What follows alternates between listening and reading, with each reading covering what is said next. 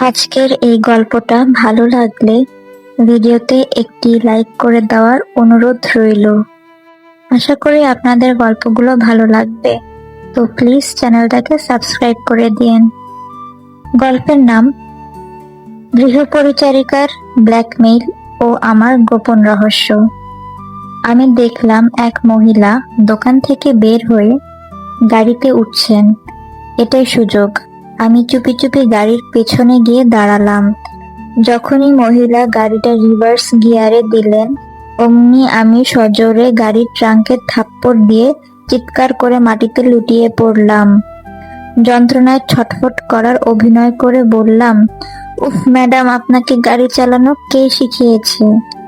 মহিলা ঘাবড়ে গিয়ে গাড়ি থেকে নেমে এলেন এবং আমার উপর ঝুঁকে পড়ে বললেন, ওহ না, আমি তোমাকে দেখিনি, আমি সত্যিই খুব দুঃখিত। আমি রাগী হয়ে বললাম, আপনি এত সহজে পার পাবেন না, আমি এক্ষুনি পুলিশ আর সাংবাদিক ডাকবো। ভয়ে তার মুখ ফ্যাকাশে হয়ে গেল। তিনি কাঁপা গলায় বললেন, আমি কোনো ঝামেলা চাই না, আমার কাছে এখন নগদ টাকা নেই, তবে মাফ করে দেওয়ার জন্য তুমি কি এটা গ্রহণ করবে? তখন তিনি পকেট থেকে একটা হীরের আংটি বের করে আমাকে দিলেন। হীরাটা এত বড় ছিল যে মনে হচ্ছিল আকাশ থেকেও দেখা যাবে। তিনি ফিসফিস করে বললেন, এটা নাও আর মুখ বন্ধ করে রাখো। আমি আংটিটা ব্যাগে ভরে উঠে দাঁড়ালাম। মনে মনে আমি খুব খুশি ছিলাম। মহিলা দ্রুত গাড়ি চালিয়ে চলে গেলেন। আমার নাম বৃষ্টি, আমার বয়স 15। যা শুনলে এটা আমার রোজকার কাজ। দয়া করে আমাকে বিচার করার আগে আমার পুরো কাহিনী শোনো। আমি অনাথ আশ্রমে বড় হয়েছি। বাবা মায়ের কোনো স্মৃতি আমার মনে নেই। সেখানের শিক্ষকরা আমার সাথে খুব খারাপ ব্যবহার করত। একদিন আমি ঠিক করলাম আর কারো নিয়মে চলবো না। একটা পুরনো ব্যাগে কিছু জামা কাপড় নিয়ে আমি আশ্রম থেকে পালিয়ে গেলাম। রাস্তায় আমার কোনো ঘর ছিল না। মাঝে মাঝে বৃষ্টির হাত থেকে বাঁচতে মানুষের বাড়ির চিলেকোঠায় লুকিয়ে থাকতাম। আর খাবারের টাকা জোগাড় করার জন্য আমি অমনোযোগী ড্রাইভারদের এভাবেই ফাঁদে ফেলতাম। আমি অপরাধ বোধে ভুগতাম না, কারণ ওইসব মানুষগুলো খুব একটা ভালো ছিল না। একজনও আমাকে হাসপাতালে নেওয়ার কথা বলতো না, বরং টাকা বা দামি জিনিস দেখিয়ে মুখ বন্ধ করার চেষ্টা করত। আমার একটা শখ ছিল ছবি আঁকা। আমি আমার ড্রয়িং নোটবুকের রাস্তার মানুষ আর শহরের দৃশ্য আঁকতাম। একদিন একটা সুন্দর বাড়ির সামনে দিয়ে যাওয়ার সময় দেখলাম এক দম্পতি তাদের মেয়ের জন্মদিন পালন করছে। দৃশ্যটা দেখে আমার খুব হিংসে হলো। হঠাৎ দেখলাম দোতলার জানালাটা খোলা। আমি গাছে চড়ে জানালা দিয়ে ভেতরে ঢুকে পড়লাম।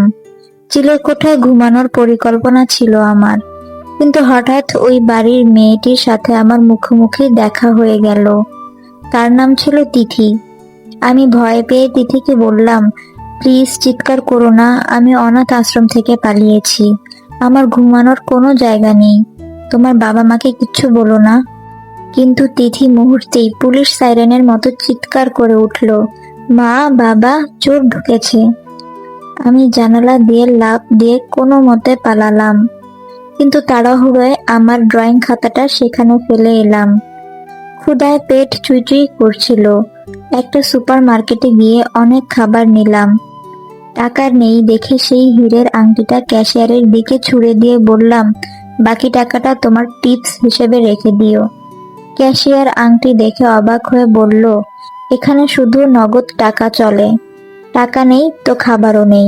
সে আমাকে দোকান থেকে বের করে দিল। পান শপে গিয়ে আংটিটা বদলাতে চাইলে দোকানদার সন্দেহ করে বলল, এত দামি আংটি, তুমি নিশ্চয়ই চুরি করেছো, দাঁড়াও আমি এখনই পুলিশ ডাকছি। আমি ভয় পেয়ে আংটিটি নিয়ে সেখান থেকে দৌড়ে পালালাম। আংটিটা আমার কোনো কাজেই লাগলো না। আবারও আমি পুরনো খেলায় নামলাম। এক বড়লোকের গাড়ি পেছনে আসতেই আমি রাস্তায় শুয়ে চিৎকার শুরু করলাম। এক ভদ্র মহিলা গাড়ি থেকে নেমে এলেন এবং বললেন, ওহ বেচারা শিশু, তোমার কোথায় লেগেছে, তুমি ঠিক আছো তো? আমি বললাম, আমি ঠিক আছি, কিন্তু ক্ষতিপূরণ দিতে হবে। ভদ্রমহিলা আমাকে গাড়িতে তুলে তার বিশাল রাজপ্রাসাদের মতো বাড়িতে নিয়ে গেলেন। তার নাম ছিল মিসেস চ্যাটার্জি।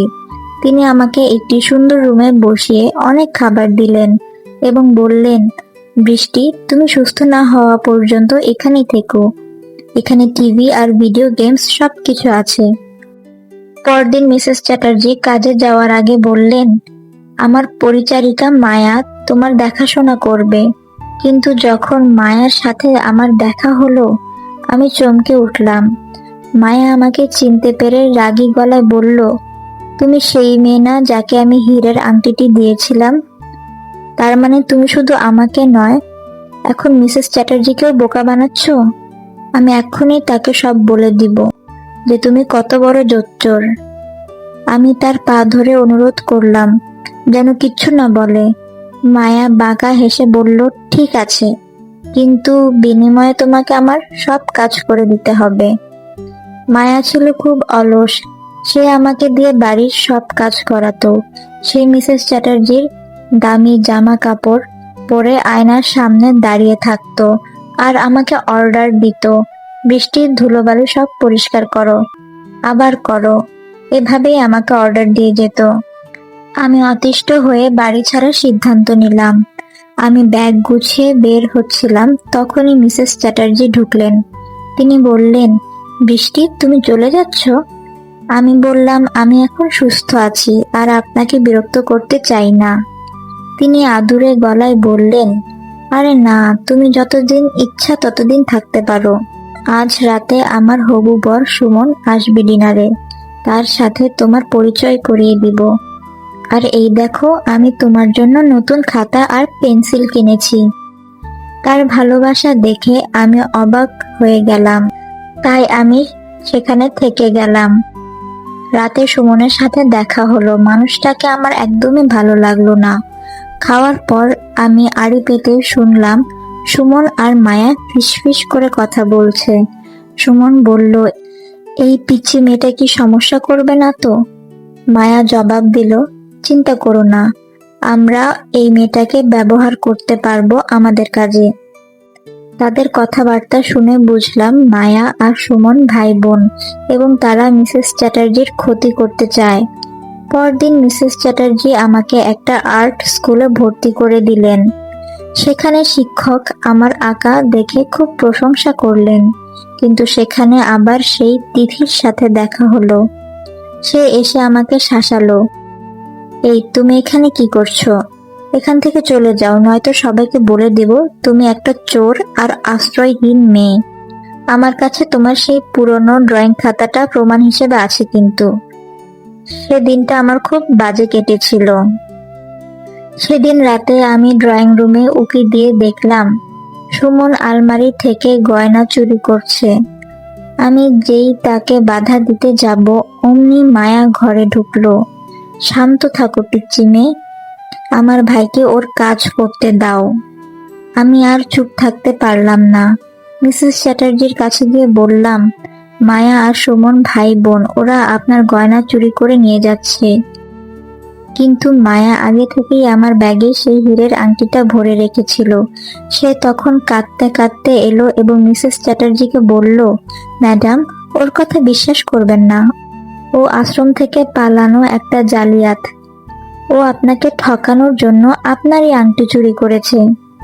মায়া আমার ব্যাগ থেকে আংটিটা বের করে দেখালো। মিসেস চ্যাটার্জি ভেঙে পড়লেন, বৃষ্টি, আমি তোমাকে নিজের মেয়ের মতো ভেবেছিলাম, তোমাকে ভালোবেসেছিলাম। তুমি আমার সাথে এটা কিভাবে করতে পারলে? আমি জানি তখন কেউ আমাকে বিশ্বাস করবে না, তাই আমি সেখান থেকে পালিয়ে গেলাম। সারা রাত পার্কে বৃষ্টির মধ্যে ভিজছিলাম। সকালে পুলিশ এসে আমাকে ধরে নিয়ে গেল, কারণ তিথি পুলিশকে খবর দিয়েছে। আবারও আমি সেই পুরনো নোংরা অনাথ আশ্রমে ফিরে গেলাম। সব আশা শেষ হয়ে গিয়েছিল, কিন্তু কয়েকদিন পর টিভিতে দেখলাম সুমন আর মায়া গয়না চুরি করতে গিয়ে পুলিশের হাতে ধরা পড়েছে। এর কিছুক্ষণ পরে মিসেস চ্যাটার্জি অনাথ আশ্রমে এলেন। তিনি আমাকে জড়িয়ে ধরে বললেন, আমি সব জানি বৃষ্টি, মায়া আর সুমনই হলো আসল অপরাধী। আমি তোমার সেই নতুন ড্রয়িং খাতাটা পেয়েছি। আসলে আমি এই খাতাটিতে কমিক্স আকারে পুরো সত্য ঘটনাগুলো এঁকেছিলাম। মায়া কিভাবে আমাকে ভয় দেখাতো, কিভাবে সুমন চুরি করত, সব সেখানে আমি এঁকেছিলাম।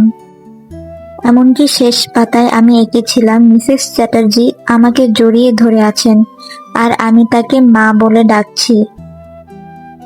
তখন মিসেস চ্যাটার্জি বললেন, তোমার ওই ছবিগুলো দেখেই আমি মায়ার ঘরে তল্লাশি চালাই এবং সব প্রমাণ পাই।